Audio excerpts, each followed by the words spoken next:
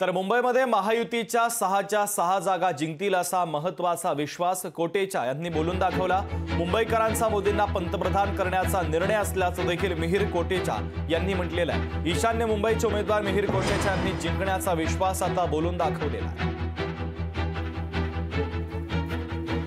मुंबईकर हे 2 तास 2.5 तास रांगेत पंखे नसताना, व्यवस्था नसताना, पाणी नसताना मुंबईकर स्वतःचं मत देण्यासाठी उभे होते आणि म्हणून मला पूर्ण विश्वास आहे की मुंबईकर हे मोदीजींना पुन्हा पंतप्रधान करण्यासाठीच 2.5 3 तास रांगेत उभे होते आणि म्हणून मला खूप विश्वास आहे, मनात स्पष्टता आहे की मुंबईची 6 पैकी 6 जागा हे महायुतीलाच लागणार, कारण मुंबईकरांनी मन बनवलं होतं की मोदीजींनाच पुन्हा पंतप्रधान करायचंय।